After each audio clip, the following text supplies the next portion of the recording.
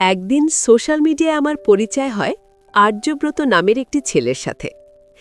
আর্যব্রত ছিল ৮-১০টা ছেলের চেয়ে সম্পূর্ণ আলাদা। সে আমার ছবির প্রশংসা করার বদলে আমাকে জীবনের নিরাপত্তা আর ডিজিটাল দুনিয়ার বিপদ সম্পর্কে সচেতন করত। তার কথাগুলোর মধ্যে এমন এক গভীরতা ছিল যে আমি আগে কখনো কারো মাঝে খুঁজে পাইনি। সে আমাকে বুঝিয়েছিল কেন নিজের ব্যক্তিগত মুহূর্তগুলো সবার সামনে আনা উচিত নয়। তার কথায় মুগ্ধ হয়ে আমি সোশ্যাল মিডিয়া থেকে আমার সব ব্যক্তিগত ছবি সরিয়ে ফেলি। ধীরে ধীরে তার সাথে আমার কথা বলা অভ্যাসে পরিণত হয়। এক পর্যায়ে বন্ধুরা বাকিটা গল্পেই বলছি। আশা করি বন্ধুরা তোমরা আমার পুরো গল্পটা শুনবা, নিশ্চয়ই অনেক মজা পাবা। চলো তাহলে শুরু করি। বন্ধুরা, আমার নাম সানবিতা। আমি ছিলাম এক সম্ভ্রান্ত ও ধনী পরিবারের একমাত্র আদরের মেয়ে। আমার বাবা মা অনেক আগেই আমাদের ছেড়ে পরপারে পাড়ি জমিয়েছিলেন। 4 ভাইয়ের একমাত্র বোন হওয়ায় আমার আদরের কোনো কমতি ছিল না।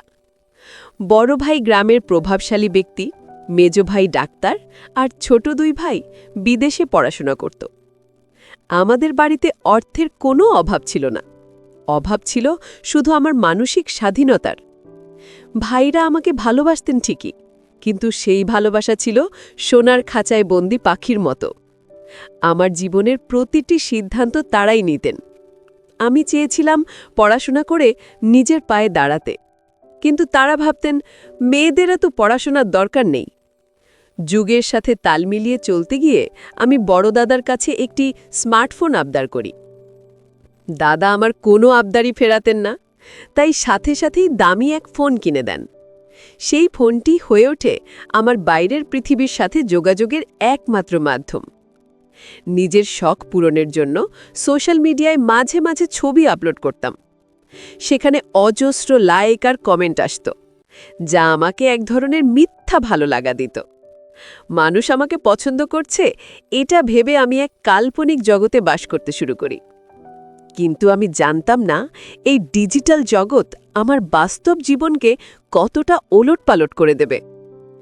একদিন সোশ্যাল মিডিয়ায় আমার পরিচয় হয় আর্যব্রত নামের একটি ছেলের সাথে। আর্যব্রত ছিল আর 10টা ছেলের চেয়ে সম্পূর্ণ আলাদা। সে আমার ছবির প্রশংসা করার বদলে আমাকে জীবনের নিরাপত্তা আর ডিজিটাল দুনিয়ার বিপদ সম্পর্কে সচেতন করত। তার কথাগুলোর মধ্যে এমন এক গভীরতা ছিল যা আমি আগে কখনো কারো মাঝে খুঁজে পাইনি। সে আমাকে বুঝিয়েছিল কেন নিজের ব্যক্তিগত মুহূর্তগুলো সবার সামনে আনা উচিত নয়। তার কথায় মুগ্ধ হয়ে আমি সোশ্যাল মিডিয়া থেকে আমার সব ব্যক্তিগত ছবি সরিয়ে ফেলি। ধীরে ধীরে তার সাথে আমার কথা বলা অভ্যাসে পরিণত হয়। আমাদের এই বন্ধুত্ব কিভাবে যে ভালোবাসায় রূপ নিল তা আমরা দুজনেই বুঝতে পারিনি। আমি ছিলাম গ্রামের এক সহজ সরল মেয়ে, আর আর্যব্রত শহরের এক শিক্ষিত, মার্জিত আর সংগ্রামী যুবক। আমরা ঘণ্টার পর ঘণ্টা ফোনে কথা বলতাম। সে আমাকে শেখাতো কিভাবে নিজের ব্যক্তিত্ব তৈরি করতে হয়, কিভাবে বই পড়তে হয়। তার কণ্ঠস্বর ছিল আমার সারা দিনের ক্লান্তি দূর করার একমাত্র ওষুধ। আমি বুঝতে পারলাম এই মানুষটিকে ছাড়া আমার জীবন অসম্পূর্ণ। কিন্তু আমাদের এই সম্পর্কের মাঝে দেয়াল হয়ে দাঁড়ালো আমার পারিবারিক আভিজাত্য। হঠাৎ একদিন জানতে পারলাম বড় দাদা গ্রামের এক নামকরা আইনজীবীর সাথে আমার বিয়ে ঠিক করেছেন। আমার মতামত নেওয়ার কোনো প্রয়োজনই তারা মনে করেননি। আমার পায়ের নিচ থেকে যেন মাটি সরে গেল। আমি মনে প্রাণে আর্যব্রতকে ভালোবেসে ফেলেছি। অন্য কাউকে জীবনসঙ্গী হিসেবে মেনে নেওয়া আমার পক্ষে অসম্ভব ছিল। আমি সাহস সঞ্চয় করে আমার বড় বৌদিকে সব খুলে বললাম। আশা করেছিলাম বৌদি অন্তত আমার মনের অবস্থা বুঝবেন এবং দাদাকে বোঝাবেন, কিন্তু হিতে বিপরীত হল। বৌদি যখন দাদাকে বিষয়টি জানালেন, দাদা প্রচণ্ড রেগে গেলেন। তিনি আমার হাত থেকে ফোনটি কেড়ে নিলেন এবং সাফ জানিয়ে দিলেন, সোশ্যাল মিডিয়ায় পরিচয় হওয়া কোনো ছেলের সাথে আমাদের পরিবারের মেয়ের বিয়ে হতে পারে না। এরা সব প্রতারক হয়। আমি দাদাকে বোঝানোর অনেক চেষ্টা করলাম যে আর্যব্রত তেমন নয়, সে একজন সৎ মানুষ। কিন্তু দাদা তার সিদ্ধান্তে অটল রইলেন। তিনি আমাকে আর্যব্রতকে ভুলে যাওয়ার আদেশ দিলেন এবং বাড়ির বাইরে যাওয়া বন্ধ করে দিলেন। বন্দি অবস্থায় আমার দিন কাটছিল কান্না আর হতাশায়। কোনোভাবে আর্যব্রতর সাথে যোগাযোগ করে আমি তাকে সব জানালাম। আর্যব্রত আমাকে সাহস দিল। সে বলল, যদি তুমি সত্যি আমাকে ভালোবাসো এবং বিশ্বাস করো, তবে নিজের জীবনের সিদ্ধান্ত তোমাকেই নিতে হবে। আমার সামনে তখন দুটি পথ খোলা ছিল। একদিকে পরিবারে চাপিয়ে দেওয়া অনিচ্ছার বিয়ে, আর অন্যদিকে আমার ভালোবাসা আর্যব্রত। আমি জানতাম ভাইরা আমাকে কখনো আর্যব্রতের হাতে তুলে দেবেন না। অবশেষে আমি এক কঠিন সিদ্ধান্ত নিলাম। এক গভীর রাতে যখন বাড়ি সবাই ঘুমে আচ্ছন্ন, আমি আমার শৈশবে স্মৃতি জড়ানো সেই বিশাল অট্টালিকা ছেড়ে বেরিয়ে পড়লাম। বুকটা ভয়ে কাঁপছিল, কিন্তু মনে ছিল ভালোবাসার মানুষকে পাওয়ার তীব্র আকাঙ্ক্ষা। অন্ধকারে পথ চলতে চলতে আমি ভাবছিলাম, আমি কি সঠিক কাজ করছি, নাকি আমি এক অনিশ্চিত ভবিষ্যতের দিকে পা বাড়াচ্ছি। কিন্তু পিছু ফেরার আর কোনো পথ ছিল না। আমি জানতাম আর্যব্রত হাত ধরলে আমি অন্তত ভালো থাকব। শহরের এক কোলাহলপূর্ণ বাসস্ট্যান্ডে যখন আমি পৌঁছালাম, তখন ভোর হচ্ছে। আর্যব্রত আমাকে দেওয়া ঠিকানায় অপেক্ষা করছিল। তাকে প্রথমবার সামনাসামনি দেখে আমার সব ভয় আর ক্লান্তি নিমিষেই দূর হয়ে গেল। ছবিতে তাকে যেমন দেখেছিলাম, বাস্তবে সে তার চেয়েও বেশি সৌম্য আর শান্ত। আমাকে দেখেই সে জড়িয়ে ধরল না, বরং সম্মানের সাথে আমার হাত ধরে বলল, আমি জানি তুমি অনেক বড় ত্যাগ স্বীকার করে এসেছ। আমি কথা দিচ্ছি, তোমার এই ত্যাগের অসম্মান আমি হতে দেব না। তার চোখে যে সততা আমি দেখেছিলাম, তা আমাকে আশ্বস্ত করল। আর্যব্রতর পরিবারে আপন বলতে কেউ ছিল না। সে একাই শহরের এক ভাড়া বাসায় থাকত এবং একটি বেসরকারি প্রতিষ্ঠানে চাকরি করত। আমরা দেরি না করে ওই দিনই আইনি মাধ্যমে বিয়ে সম্পন্ন করলাম। আদালতে সেই সাদামাটা বিয়েতে কোনো জাঁকজমক ছিল না, ছিল না কোনো দামি গহনা বা ভুরি ভুরি খাবার। কিন্তু আমাদের মনে যে আনন্দ ছিল, তা হয়তো কোনো রাজকীয় বিয়েতেও পাওয়া যেত না। আমি সানবিতা থেকে মিসেস আর্যব্রত হলাম। শুরু হলো আমাদের নতুন সংসার, এক নতুন সংগ্রাম। আমাদের সংসার ছিল ছোট, কিন্তু ভালোবাসায় পরিপূর্ণ। আর্যব্রত সারা দিন অফিসে পরিশ্রম করত, আর আমি ঘর গুছিয়ে তার জন্য অপেক্ষা করতাম। আমার ছোটখাটো সব ইচ্ছের খেয়াল রাখত।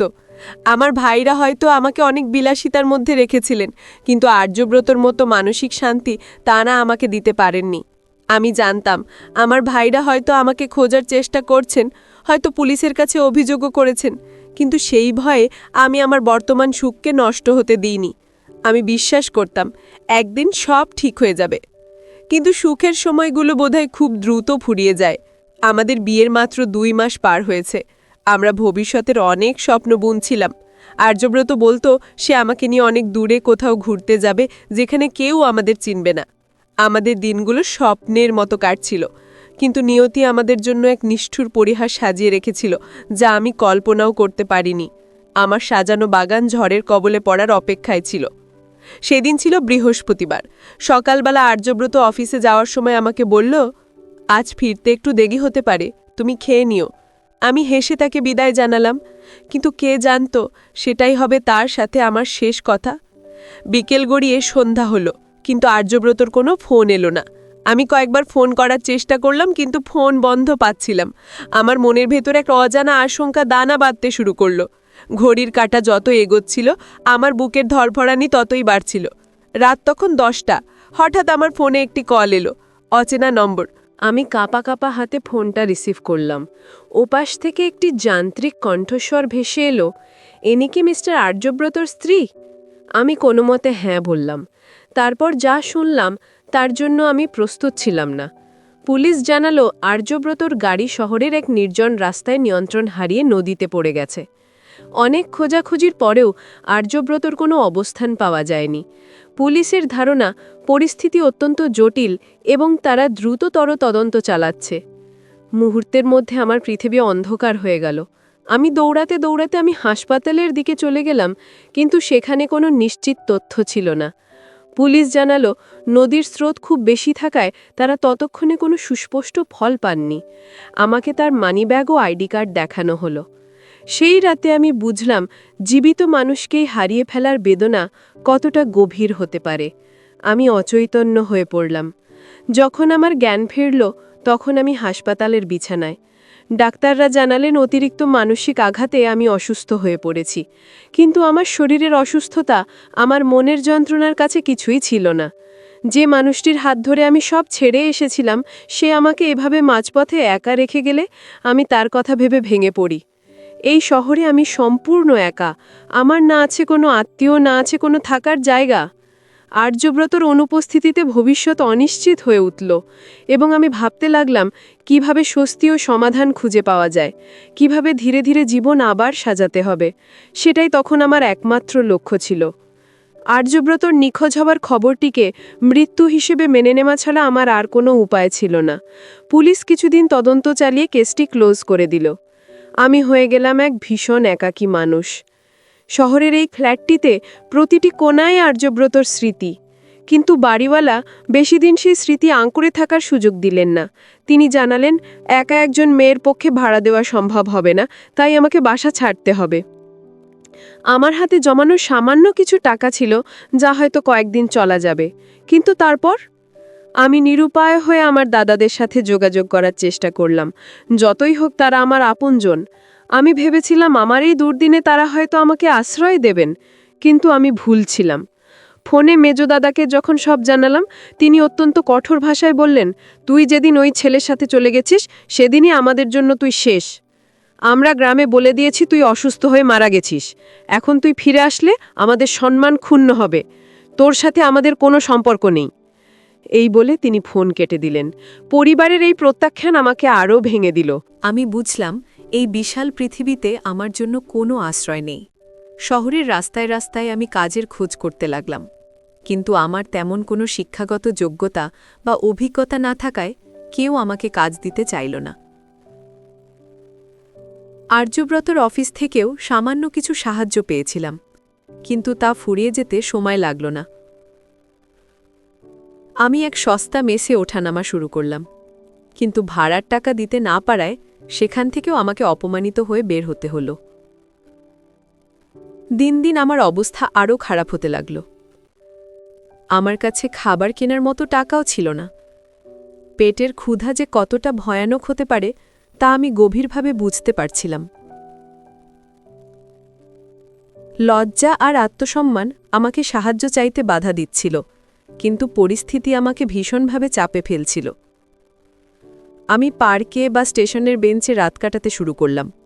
আশেপাশের কিছু মানুষের কৌতূহলী দৃষ্টি আমাকে সবসময় অস্বস্তিতে রাখত। আমি নিজেকে নিরাপদে রাখার জন্য সবসময় সতর্ক থাকতাম। একদিন টানা 2 দিন না খেয়ে থাকার পর আমি আর দাঁড়িয়ে থাকতে পারলাম না। রাস্তার পাশে এক দোকানের সামনে আমি মাথা ঘুরে পড়ে গেলাম।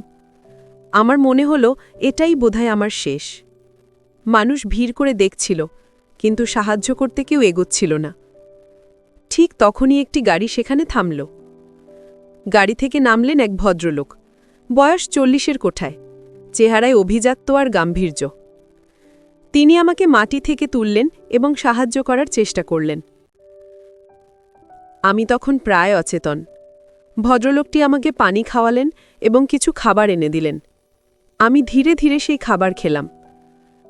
খাওয়ার পর যখন শক্তি ফিরে এলো, তখন তিনি আমার পরিচয় জানতে চাইলেন। আমি তাকে মিথ্যে বলতে পারলাম না। আমি সংক্ষেপে আমার জীবনের সব ঘটনাই তাকে বললাম। কিভাবে ভালোবেসে সংসার শুরু করেছিলাম, কিভাবে স্বামী নিখোঁজ হল এবং কিভাবে পরিবার আমাকে ফিরিয়ে দিল। আমার কথা শুনে ভদ্রলোকটি কিছুক্ষণ নীরব রইলেন। তার চোখে এক ধরনের সহানুভূতি দেখতে পেলাম। তিনি বললেন, আমার নাম অলোকেশ চৌধুরী। আমি একজন পুলিশ অফিসার। আমার স্ত্রী গত বছর অসুস্থ হয়ে মারা গেছেন। আমার 4 বছরের একটি ছেলে আছে, নাম রিয়ান। ডিউটির কারণে ছেলের যত্ন নিতে পারি না। আমার ছেলের জন্য একজন দায়িত্বশীল কেয়ারটেকার দরকার। তুমি কি পার দেখাশোনা করতে পারবে? বিনিময়ে তোমার থাকা খাওয়া এবং নিরাপত্তার ব্যবস্থা থাকবে। প্রস্তাবটি আমার কাছে আশীর্বাদের মতো মনে হলো। এই মুহূর্তে আমার একটি নিরাপদ আশ্রয় আর মৌলিক প্রয়োজনীয়তার অত্যন্ত দরকার ছিল। তাছাড়া আমি বাচ্চাদের খুব পছন্দ করতাম, তাই আমি রাজি হয়ে গেলাম। মিস্টার চৌধুরী আমাকে তার গাড়িতে করে তার বড় বাড়িতে নিয়ে গেলেন। বাড়িটি শহরের এক শান্তিপূর্ণ এলাকায়, চারপাশে সবুজ গাছপালা, বাড়িটি দেখে মনে হলো ভেতরে যেন অনেক গল্প লুকিয়ে আছে। কিন্তু তখন আমার কাছে সবচেয়ে গুরুত্বপূর্ণ ছিল জীবনে আবার দাঁড়ানোর সুযোগ। মিস্টার চৌধুরীর বাড়িটি ছিল রাজপ্রাসাদের মতো বিশাল, কিন্তু বাড়িটিতে ঢুকলেই এক অদ্ভুত নিস্তব্ধতা গ্রাস করত। বাড়িতে কাজের লোক ছিল, কিন্তু তারা খুব একটা কথা বলতো না। মিস্টার চৌধুরী আমাকে একটি সুন্দর ঘর দিলেন এবং বললেন, আজ থেকে তুমি এই বাড়ির একজন সদস্য। তোমার কাজ শুধু রিয়ানের খেয়াল রাখা, বাকি সব কাজের জন্য অন্য লোক আছে। আমি কৃতজ্ঞতায় তার দিকে তাকালাম। এই অচেনা শহরে তিনি আমাকে নতুন জীবন দিয়েছেন। পরদিন সকালে আমার পরিচয় হলো রিয়ানের সাথে। ফুটফুটে এক শিশু, কিন্তু তার চোখে মুখে এক ধরনের বিষণ্ণতা। মাকে হারানোর শোক হয়তো তাকেও স্পর্শ করেছে। আমি তাকে কাছে টেনে নিলাম। প্রথমে সে একটু দূরে দূরে থাকত, কিন্তু ধীরে ধীরে আমার ভালোবাসার যত্নে সে আমার প্রতি দুর্বল হতে শুরু করল। আমি তাকে নিজের ছেলের মতোই ভালোবাসতে শুরু করলাম। আমার মনে হতো আমার যদি কোনো সন্তান থাকত, তবে সে হয়তো রিয়ানের মতোই হতো। আর্যব্রতর স্মৃতি বুকে নিয়ে আমি রিয়ানকে আঁকড়ে ধরে বাঁচতে শুরু করলাম। এই বাড়িতে আমার দিনগুলো ভালোই কাটছিল, কিন্তু কিছু বিষয় আমাকে ভাবিয়ে তুলত। মিস্টার চৌধুরী একজন পুলিশ অফিসার, কিন্তু তাকে খুব কমই ইউনিফর্মে দেখা যেত। তিনি বেশিরভাগ সময় সিভিল ড্রেসে থাকতেন এবং প্রায়ই গভীর রাতে বাড়ি ফিরতেন। বাড়ির একটি নির্দিষ্ট ঘর সবসময় তালাবদ্ধ থাকত। আমাকে বলে দেওয়া হয়েছিল ওই ঘরের আশেপাশে যেন আমি বা রিয়ান কেউ না যাই। আমার কৌতূহল হতো, কিন্তু আশ্রয় হারানোর ভয়ে আমি কখনো প্রশ্ন করিনি। আরেকটি অদ্ভুত বিষয় ছিল রিয়ানের রুটিন। প্রতিদিন সকালে একটি কালো কাঁচের গাড়ি এসে রিয়ানকে নিয়ে যেত। মিস্টার চৌধুরী বলতেন ওটা স্কুলের গাড়ি, কিন্তু রিয়ানের কোনো স্কুল ব্যাগ ছিল না, আর সে ফিরত ঠিক সন্ধ্যার আগে। ফিরে এসে সে খুব ক্লান্ত থাকত, যেন সারাদিন অনেক ধকল গেছে।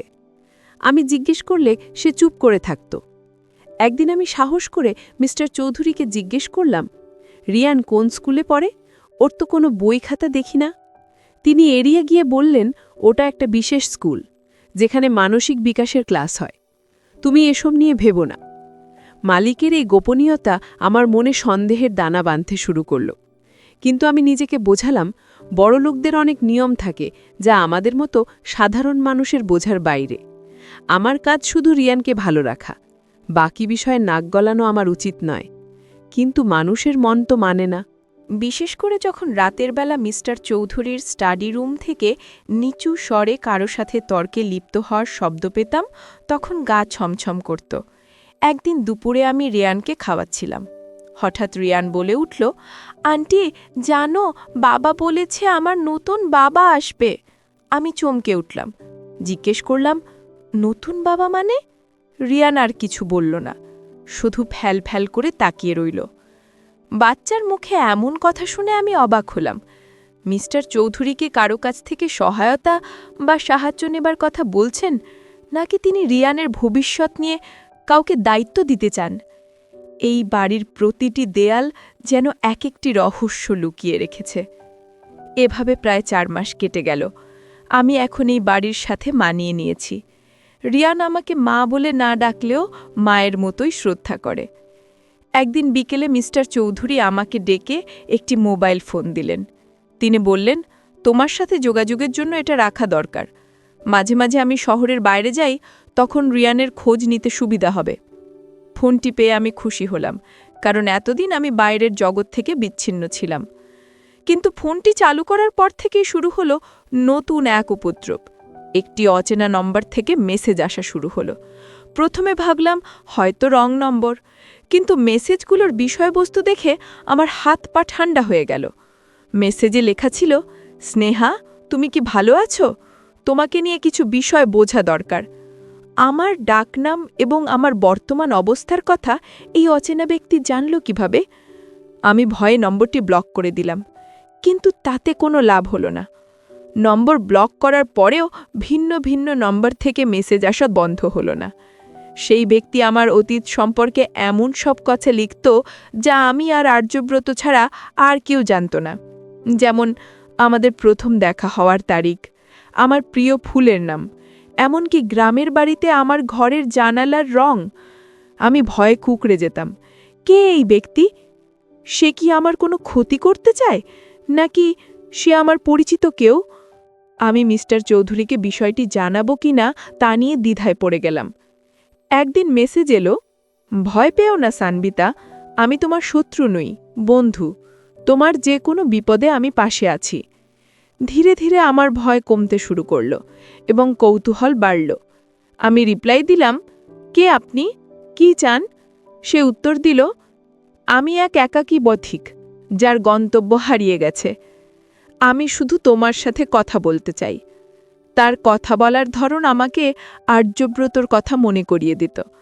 আমি অজান্তেই তার সাথে চ্যাটিং শুরু করলাম। আমি তাকে আমার একাকিত্বের কথা বলতাম, রিয়ানের কথা বলতাম। তবে আমি কখনোই মিস্টার চৌধুরীর পেশা বা এই বাড়ির গোপনীয়তা নিয়ে কথা বলতাম না। সেও কখনো নিজের পরিচয় দিত না। সে বলতো সময় হলে সব জানতে পারবে। আমার নিঃসঙ্গ জীবনে এই অচেনা বন্ধুটি এক নতুন বাতাসের মতো এলো। আমি তার মেসেজের জন্য অপেক্ষা করতাম। আমাদের কথা হতো গভীর রাত পর্যন্ত।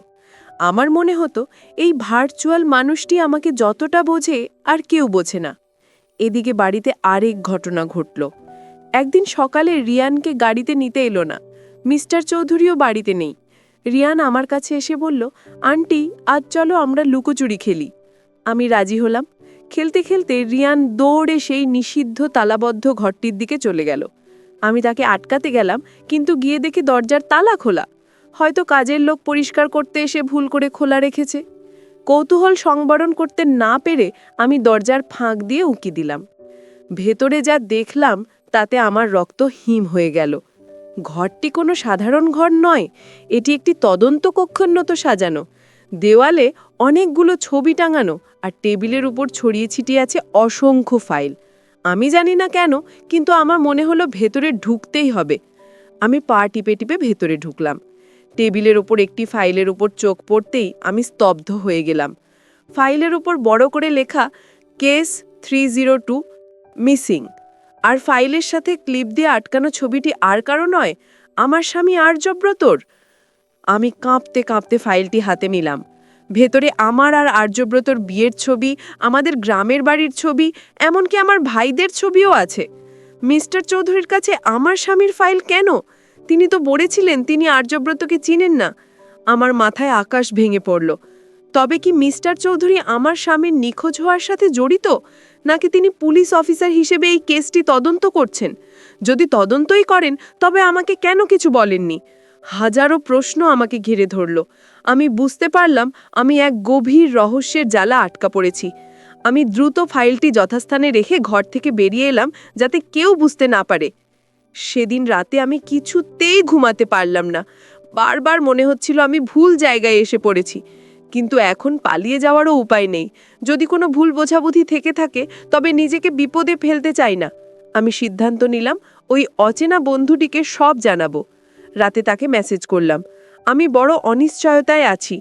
এই বাড়ির মালিক আমার স্বামীর ফাইল রাখেন। সে উত্তর দিল, শান্ত হও, সব ঠিক হয়ে যাবে। আমি খুব শীঘ্রই তোমার সাথে দেখা করব। অচেনা বন্ধুর মেসেজ আমাকে কিছুটা ভরসা দিলেও আমার মনের ভয় কাটছিল না। পরদিন মিস্টার চৌধুরী বাড়ি ফিরলে আমি খুব স্বাভাবিক থাকার চেষ্টা করলাম, কিন্তু তার চোখের দিকে তাকাতে আমার ভয় করছিল। তিনি আমাকে ডেকে বললেন, সনবিতা, আগামী সপ্তাহে আমার এক বিশেষ অতিথি আসবে। সে আমার ছোটবেলার বন্ধু। আমি চাই তুমি তার জন্য নিজের হাতে রান্না করো। আমি মাথা নেড়ে সম্মতি জানালাম, কিন্তু মনে মনে ভাবছিলাম, এই অতিথি আবার কে? দিন গড়িয়ে সেই বিশেষ দিনটি এলো। আমি সকাল থেকেই রান্নাবান্নায় ব্যস্ত। রিয়ানও খুব খুশি, কারণ তার বাবা আজ বাড়িতে আছেন। সন্ধ্যা নামতেই বাড়ির পরিবেশ কেমন যেন ভারী হয়ে উঠল। আমি ড্রয়িং রুমে খাবার সাজাচ্ছিলাম। মিস্টার চৌধুরী সোফায় বসে বারবার ঘড়ি দেখছিলেন। হঠাৎ কলিং বেল বেজে উঠল। আমার বুকের ভেতরটা কেঁপে উঠল। মিস্টার চৌধুরী দরজা খুলতে গেলেন। দরজা খোলার শব্দ পেলাম, তারপর কারো পায়ের আওয়াজ। মিস্টার চৌধুরী হাসি মুখে বললেন, এসো বন্ধু, কতদিন পর দেখা। আমি রান্নাঘর থেকে ট্রে হাতে বেরিয়ে এলাম অতিথির সামনে খাবার পরিবেশন করার জন্য। কিন্তু যেই আমি অতিথির দিকে তাকালাম আমার হাত থেকে চায়ের ট্রে সশব্দে মেঝেতে পড়ে গেল। গরম চা আর কাঁচির টুকরো চারদিকে ছড়িয়ে পড়ল, কিন্তু আমার সেদিকে কোনো খেয়াল ছিল না। আমার সামনে দাঁড়িয়ে থাকা মানুষটিকে দেখে আমি নিজের চোখকে বিশ্বাস করতে পারছিলাম না। আমার মনে হলো আমি কোনো স্বপ্ন দেখছি। যে মানুষটিকে আমি মৃত ভেবেছিলাম, যার জন্য আমি মাসের পর মাস চোখের জল ফেলেছি, সেই আর্যব্রত আমার সামনে জীবিত দাঁড়িয়ে। তার পরনে সাধারণ পোশাক, কিন্তু চোখে সেই পরিচিত মায়া। সে আমার দিকে তাকিয়ে মিটিমিটি হাসছে। আমি বাকরুদ্ধ হয়ে দাঁড়িয়ে রইলাম। মিস্টার চৌধুরী হাসতে হাসতে বললেন, কি সন্বিতা, অতিথিকে চিনতে পারছো না? আমি কাঁপা গলায় বললাম, অভিষেক, তুমি? উত্তেজনায় আমি তাকে তার ডাকনামেই ডেকে ফেললাম। আর্যব্রত এগিয়ে এসে আমার হাত ধরল। তার স্পর্শে আমি বুঝলাম এটি কোনো ভ্রম নয়, সে সত্যি। আমি আর নিজেকে ধরে রাখতে পারলাম না, হাউ মাউ করে কেঁদে ফেললাম। সে আমাকে বুকে জড়িয়ে ধরল। আমার কান্না থামলে আমি তাকে প্রশ্নবাণে জর্জরিত করলাম, তুমি বেঁচে ছিলে? তাহলে এতদিন কোথায় ছিলে? পুলিশ যে বলল তুমি মারা গেছো, কেন আমাকে একা রেখে গেলে? আর্যব্রত আমার চোখের জল মুছিয়ে দিয়ে বলল, শান্ত হও, আমি সব বলছি। আজ সব রহস্যের জট খুলবে। কেন আমি নিজেকে মৃত সাজিয়েছিলাম, কেন অলোকেশ তোমাকে এই বাড়িতে এনেছিল, সব তুমি জানতে পারবে। মিস্টার চৌধুরী বললেন, তোমরা কথা বলো, আমি রিয়ানকে নিয়ে আসছি। এই বলে তিনি চলে গেলেন। আমি আর আর্যব্রত সোফায় বসলাম। সে বলতে শুরু করল এক অবিশ্বাস্য কাহিনী। সে জানালো আমাদের বিয়ের পর থেকেই কিছু মানুষ তাকে ক্ষতির চেষ্টা করছিল। তাদের উদ্দেশ্য ছিল তাকে ভয় ভীতি দেখিয়ে দূরে রাখতে এবং আমাদের জীবন বিপজ্জনক করা। আর্যব্রত বলল, সেদিন অফিসে যাওয়ার পথে আমি বুঝতে পারি একটি গাড়ি আমাকে ফলো করছে। আমি কোনো মতে পালিয়ে তোমার দাদাদের চোখ ফাঁকি দিই, কিন্তু তারা আমার গাড়ির ব্রেক ফেল করিয়ে দিয়েছিল। আমি বুঝতে পেরে গাড়ি থেকে লাফ দিয়েছিলাম ঠিকই, কিন্তু গাড়িটি নদীতে পড়ে যায়। আমি জানতাম যদি আমি বেঁচে আছি জানাজানি হয়, তবে ওরা আমাকে বা তোমাকে ক্ষতি করতে পারে। তাই নিরাপত্তার কারণে আমি নিজেকে মৃত প্রমাণ করার সিদ্ধান্ত নিই। আর্যব্রতর কথা শুনে আমি শিউরে উঠলাম। আমার নিজের ভাইয়েরা এতটা নিচে নামতে পারে? আর্যব্রত বলতে থাকল, আমি নদী সাঁতরে পাড়ে উঠি এবং সোজা আমার বাল্যবন্ধু অলোকেশের কাছে যাই। অলোকেশ এই শহরের একজন সৎ পুলিশের কর্মী। আমি তাকে সব খুলে বলি। সে আমাকে পরামর্শ দেয়, যতদিন না তোমার ভাইদের বিরুদ্ধে শক্ত প্রমাণ জোগাড় করা যাচ্ছে, ততদিন আমাকে লুকিয়ে থাকতে হবে। তাই পুলিশ রিপোর্টে আমাকে নিখোঁজ ও সম্ভাব্য মৃত দেখানো হয়। আমি অবাক হয়ে জিজ্ঞেস করলাম, কিন্তু আমাকে কেন এই কষ্ট দিলে? আমি তো মরেই যাচ্ছিলাম। আর্যব্রত বলল, তোমাকে জানানো খুব ঝুঁকির ছিল।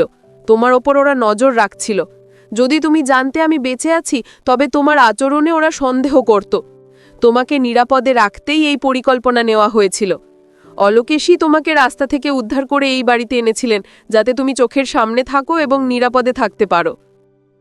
আমি তখন বুঝলাম কেন মিস্টার চৌধুরী আমাকে এতদিন আশ্রয় দিয়েছিলেন, কেন সেই তালাবদ্ধ ঘরে আর্যব্রত ফাইল ছিল। সব কিছুই ছিল আমাকে বাঁচানোর জন্য। আর্যব্রত বলল, ওই অচেনা নম্বর থেকে আমিই তোমাকে মেসেজ করতাম। আমি তোমাকে ছেলে এক মুহূর্তও থাকতে পারিনি। তোমার খোঁজ নেওয়ার জন্যই আমি ওই পথ বেছে নিয়েছিলাম। আমি চেয়েছিলাম তুমি মানসিকভাবে ভেঙে না পড়ো। আমি অলোকেশ দাদাকে ধন্যবাদ দিলাম। এখন তিনি দাদা বলে ডাকার উপযুক্ত মনে হচ্ছিল। তিনি ফিরে এসে বললেন, সন্বিতা, তোমার ভাইদের গ্রেফতার করা হয়েছে।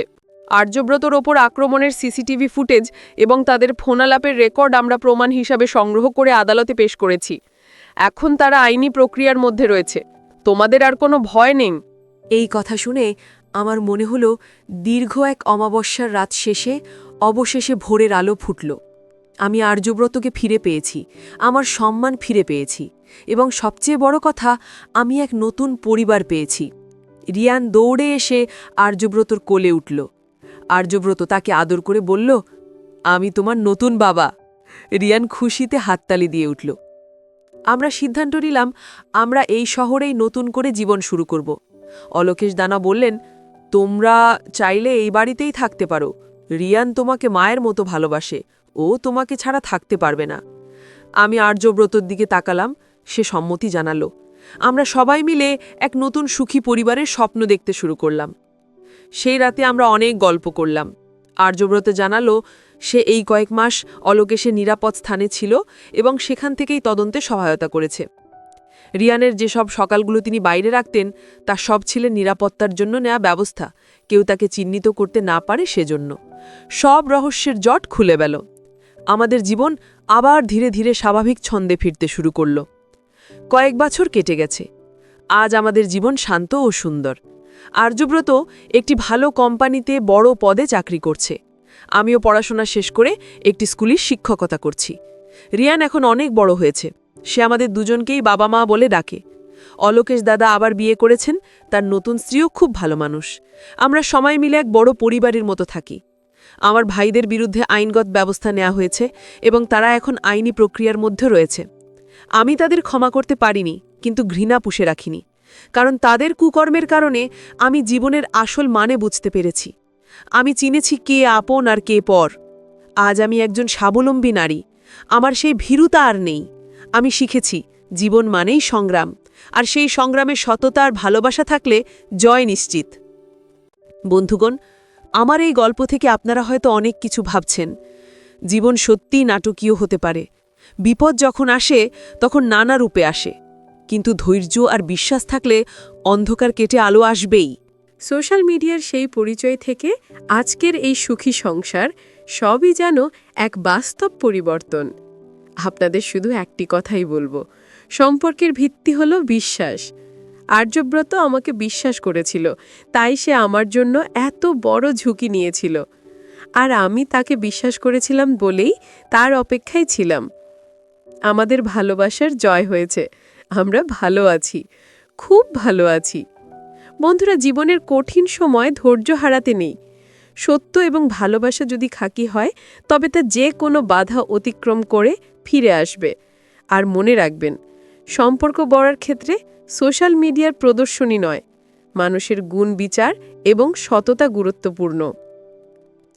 সর্বদা আইনের প্রতি শ্রদ্ধাশীল থাকুন, কারণ আইনই পারে অন্যায় উন্মোচন করে সত্য প্রতিষ্ঠা করতে। বন্ধুরা, আশা করি তোমাদের গল্পটি ভালো লেগেছে। সবাইকে ধন্যবাদ।